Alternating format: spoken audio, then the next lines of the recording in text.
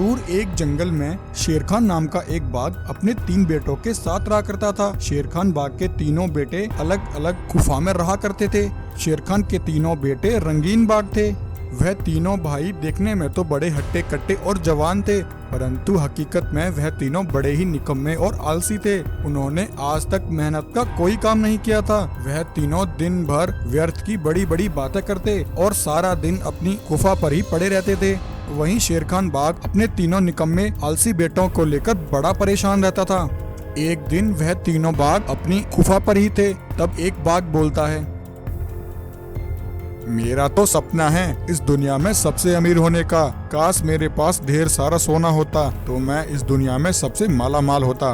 तब दूसरा बाघ कहता है, हाँ भाई, मेरी भी कुछ ऐसी ही इच्छा है। अगर मेरे पास ढेर सारा पैसा होता तो मैं उन पैसों से दुनिया की हर चीज खरीद सकता और एक आराम की सुख भरी जीवन जीता। तभी उन दोनों की बात सुनकर तीसरा बाघ बोलता है, भाई तुम दोनों की इच्छा सुनकर तो अब मेरी भी इच्छा हो गई है कि मैं भी तुम्हें अपनी मन की बात कह सकूं। मुझे हीरे जवाहरात बहुत पसंद हैं। अगर मेरे पास हीरे जवाहरात होते तो मैं उनसे अपनी हर इच्छा पूरी करता और बिना कोई मेहनत किए सारा जीवन मजे करता।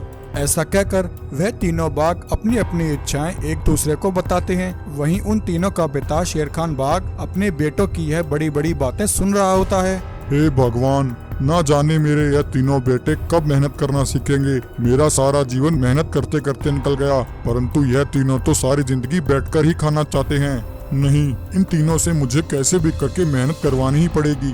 तब एक दिन शेर खान बाघ अपने तीनों बेटों को अपने पास बुलाता है और कहता है, अरे सुनो मेरे बेटो, कल रात मुझे एक सपना आया। मैंने देखा कि हमारे जंगल में एक जादुई दुनिया से 3 जादुई अलग अलग रंग के दरवाजे उतरे हैं और वह तीनों जादुई दरवाजे हर किसी की इच्छाएं पूरी करते हैं। मैं उन दरवाजों के पास अपनी इच्छाएं पूरी करने जाने ही वाला था कि तभी मेरी आँख खुल गई और मेरा सपना टूट गया। परंतु बेटा, मुझे लगता है मेरा यह सपना हकीकत है। मेरे ख्याल से तुम तीनों को एक बार जंगल जाकर वह तीनों जादुई दरवाजे तलाश करने चाहिए। अगर तुम्हें वह तीनों जादुई दरवाजे मिल गए तो तुम्हारी सारी इच्छाएं पूरी हो जाएंगी। अपने पिता शेर खान की बात सुनकर तीनों भाई खुशी से झूम उठते हैं। हाँ पिताजी, आप सही कह रहे हो। अगर आपका सपना सच हो गया तो हम तीनों तो माला माल हो जाएंगे। फिर हम तीनों बैठे बिठाए बड़े आराम से अपना जीवन यापन करेंगे। तब ऐसा कहकर वह तीनों रंगीन बाघ जंगल में उन तीनों जादुई दरवाजों को ढूंढने के लिए निकल पड़ते हैं।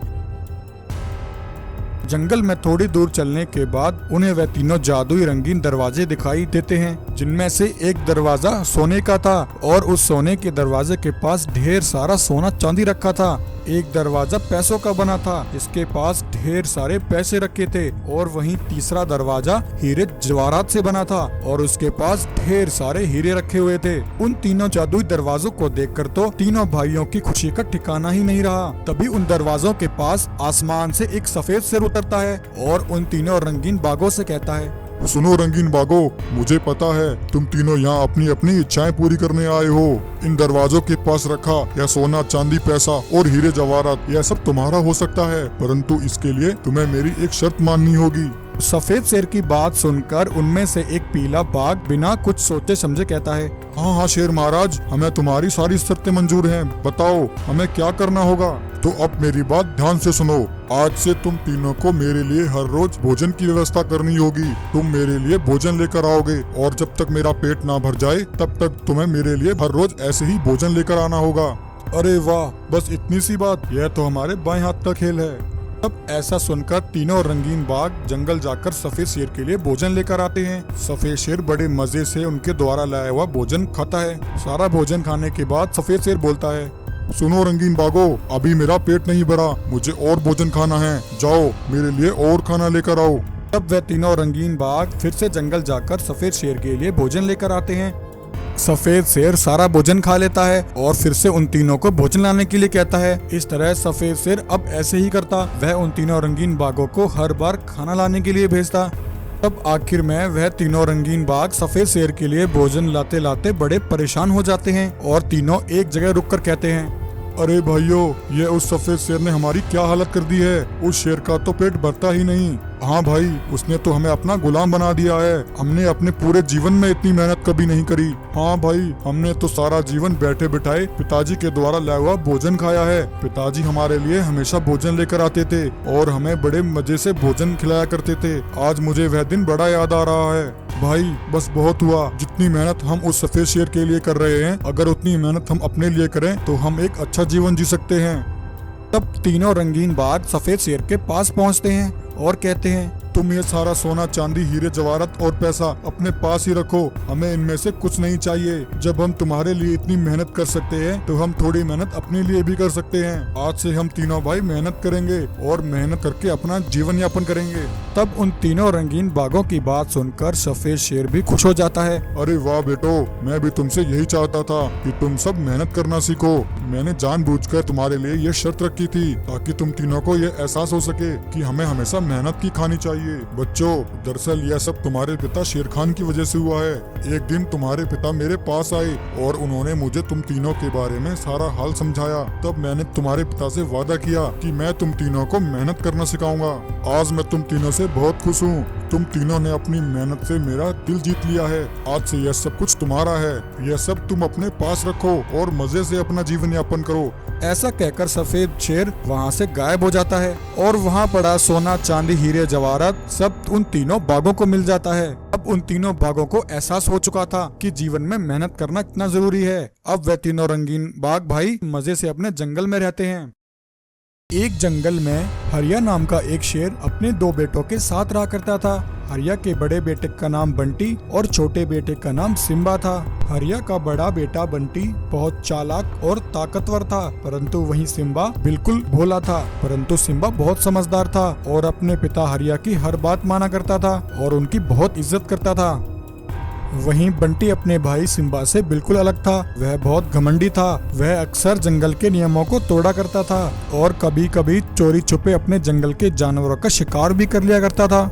हरिया शेर के पास कुछ जादुई शक्तियाँ थीं जो हरिया को उसके पूर्वजों से विरासत में मिली थी।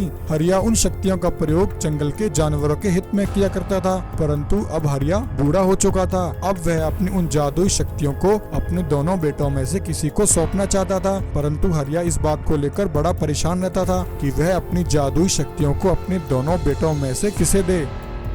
एक बार जंगल में एक भालू के बच्चे को एक शिकारी ने घायल कर दिया था। भालू अपने घायल बच्चे को देखकर बहुत परेशान हो जाता है और उसके पास जोर जोर से रोने लगता है। तभी हरिया का छोटा बेटा सिम्बा वहाँ से गुजर रहा होता है। भालू के रोने की आवाज सुनकर सिम्बा उसके पास आता है और कहता है, अरे भालू, क्या हुआ? तुम इस प्रकार यहाँ क्यों रो रहे हो? सिम्बा, देखो ना, मेरे बेटे को एक शिकारी ने घायल कर दिया है। उस जालिम शिकारी ने मेरे मासूम बच्चे पर भी दया नहीं की। मैं क्या करूँ? मुझे कुछ समझ नहीं आ रहा। भालू, तुम चिंता मत करो, मैं बस अभी गया और अभी आया।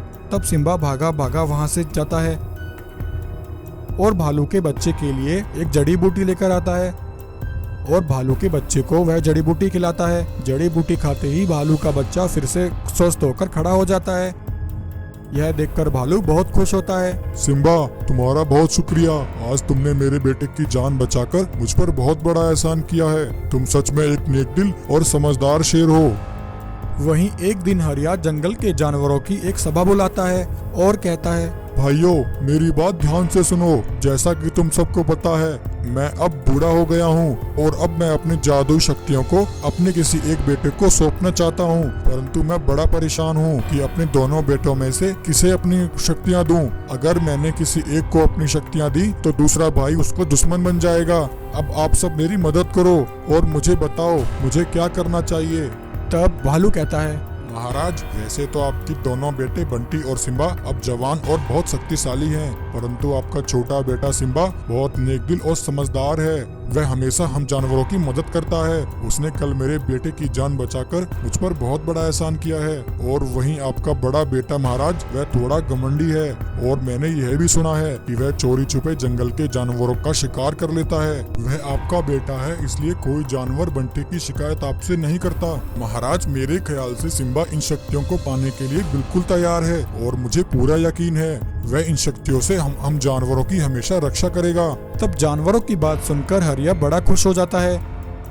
वह सिम्बा को अपने पास बुलवाता है और कहता है, सिम्बा, मेरे बेटे, जैसा कि तुम्हें पता है मैं अब बूढ़ा हो गया हूँ, मैं इस जंगल को अब और नहीं संभाल सकता, इसलिए आज मैं तुम्हें अपनी जादुई शक्तियाँ देना चाहता हूँ। आज से ये शक्तियाँ तुम्हारी हुई, अब से तुम इन शक्तियों से जंगल के जानवरों की हमेशा रक्षा करना। तब हरिया अपनी जादुई शक्तियों को सिम्बा को दे देता है। वहीं हरिया का बड़ा बेटा बंटी यह सब देख रहा होता है। यह देखकर मानो बंटी के सीने पर सांप लौट गए हो। वह बहुत गुस्से में होता है। पिताजी, ये आपने बिल्कुल सही नहीं किया। आपका बड़ा बेटा होने के नाते ये शक्तियाँ मुझे मिलनी चाहिए थी, परंतु आपने ये शक्तियाँ इस नासमझ सिम्बा को दे दी। अब 2 दिन बाद ही हरिया शेर की मृत्यु हो जाती है। अब सिम्बा अपने पिता के कहे अनुसार जंगल का राजा बन जाता है और अपनी माँ के साथ रहकर जंगल को संभालने लगता है। वहीं उसका बड़ा भाई बंटी उसी जंगल में सिम्बा से अलग एक गुफा में रहने लगता है। वह अंदर ही अंदर सिम्बा से जल रहा था। नहीं, मैं उस सिम्बा को नहीं छोड़ूंगा। मैं उसे जान से मार दूंगा और उसकी शक्तियाँ छीनकर जंगल का राजा बन जाऊंगा। तब एक रात जब सिम्बा अपनी माँ के साथ गुफा पर सो रहा था, तब बंटी वहाँ आता है और सिम्बा पर हमला करके उसे जान से मार देता है और उसकी सारी शक्तियाँ छीन लेता है। तभी उसकी माँ शेरनी की आँख खुल जाती है। यह देखकर शेरनी हैरान हो जाती है। शेरनी अपने बेटे सिम्बा की लाश देखकर बहुत दुखी होती है। अरे बंटी, यह तुमने क्या किया? तुमने अपने सगे भाई को ही मार डाला। यह तुमने बिल्कुल अच्छा नहीं किया। माँ, यह सब पिताजी की वजह से हुआ है। अगर पिताजी पहले ही मुझे अपनी शक्तियाँ दे देते तो यह सब नहीं होता। अब इस सिम्बा के लिए आंसू बहाने की तुम्हें कोई जरूरत नहीं है। यह कहकर बंटी वहाँ से भाग जाता है और वह अगली ही सुबह जंगल का राजा बन जाता है। ओए जानवरों, तुम सब मेरी बात ध्यान से सुनो। कल रात एक दुर्घटना में मेरा भाई सिम्बा मर चुका है, इसलिए अब उसकी यह जगह मैं ले रहा हूँ। आज से मैं जंगल का राजा हूँ और यहाँ सिर्फ मेरा हुक्म चलेगा, इसलिए आज से तुम सबको मेरी बात माननी होगी और अगर किसी ने मेरे हुक्म की नाफरमानी की तो वह सजा के लिए तैयार रहे। ऐसा कहकर बंटी अपनी शक्तियों के सहारे जंगल के जानवरों पर अपना हुक्म चलाता है। वह जानवरों को डरा धमकाकर उनसे अपना काम कराता है। वहीं शेरनी अपने बेटे सिम्बा की लाश पर बैठकर रोने लगती है। हे भगवान, मेरी मदद करो। मुझे मेरा बेटा वापस चाहिए। मैं मेरे बच्चे के बिना जीवित नहीं रह सकती। तभी शेरनी के पास एक जादुई दरवाजा उतरता है और उस दरवाजे में से एक गोल्डन शेर बाहर आता है। तब वह गोल्डन लायन शेरनी से कहता है, शेरनी, तुम्हारे बेटे सिम्बा के साथ जो कुछ हुआ मुझे सब पता है। सिम्बा के पिता हरिया मेरे बहुत अच्छे मित्र थे। मैं यहाँ तुम्हारी मदद करने के लिए आया हूँ। ऐसा कहकर वह गोल्डन लायन अपनी शक्तियों से सिम्बा को वापस जिंदा कर देता है। यह देखकर शेरनी बहुत खुश हो जाती है और गोल्डन लायन का धन्यवाद करती है। तब सिम्बा अपनी माँ से कहता है, माँ, मुझे क्या हुआ था? मैं यहाँ कैसे आया? मुझे कुछ भी याद नहीं। तब शेरनी अपने बेटे सिम्बा को सारी बात बताती है कि उसके सगे भाई बंटी ने चुपके से एक रात उस पर हमला करके उसे जान से मार दिया था और उसकी शक्तियाँ छीनकर वह अगले ही दिन जंगल का राजा बन गया और यह उसका पुनर्जन्म है। सिम्बा, तुम्हारा भाई बंटी बड़ा ही जालिम है। वह अपनी शक्तियों से जंगल के जानवरों को परेशान करता है और उन पर अपना हुक्म चलाता है। बेटा, अब तुम्हें कैसे भी करके अपने उस दुष्ट भाई से जंगल की रक्षा करनी है। वहीं बंटी अपनी उन जादुई शक्तियों को दिन भर अपने साथ रखता था, परंतु रात होते ही वह उन शक्तियों को एक जादुई मणि में रख दिया करता था और सुबह होते ही वापस वह सभी शक्तियां बंटी शेर के अंदर आ जाती थी। वहीं एक रात जब बंटी अपनी शक्तियों को मणि में रखकर सो रहा होता है, तभी चुपके से सिम्बा वहां पहुंचता है और उसकी मणि चुराकर वहां से भाग जाता है। सुबह होते ही सिम्बा उस मणि में से सारी जादुई शक्तियां वापस हासिल कर लेता है। वहीं बंटी मणि को ना पाकर बहुत परेशान हो जाता है और सभी जानवरों को इकट्ठा करता है और कहता है, सुनो, तुम में से किसने मेरी मणि चुराई है? चुपचाप मेरी मणि मुझे वापस कर दो। अगर तुम में से किसी ने यह किया है तो याद रखना, मैं उसे जान से मार दूंगा। तभी सिम्बा वहां पहुंचता है। सिम्बा को जिंदा देखकर बंटी हैरान हो जाता है। धोखेबाज लालची बंटी, वह मणि मेरे पास है। मुझे सब पता चल चुका है। तुमने धोखे से मुझे मारकर मेरे पिता की सारी शक्तियाँ हासिल कर ली और तुम इन शक्तियों से जानवरों को डरा धमकाकर उन पर अपना हुक्म चला रहे हो। यह तुमने बिल्कुल अच्छा नहीं किया। अब मैं तुम्हें नहीं छोड़ूंगा। सिम्बा की बात सुनकर सभी जानवर हैरान हो जाते हैं। तब सिम्बा अपनी शक्तियों से बंटी पर हमला करता है और बंटी को उन शक्तियों से जान से मार डालता है और वापस जंगल का राजा बन जाता है और फिर हंसी खुशी फिर से जंगल में अपनी माँ और सभी जानवरों के साथ रहने लगता है।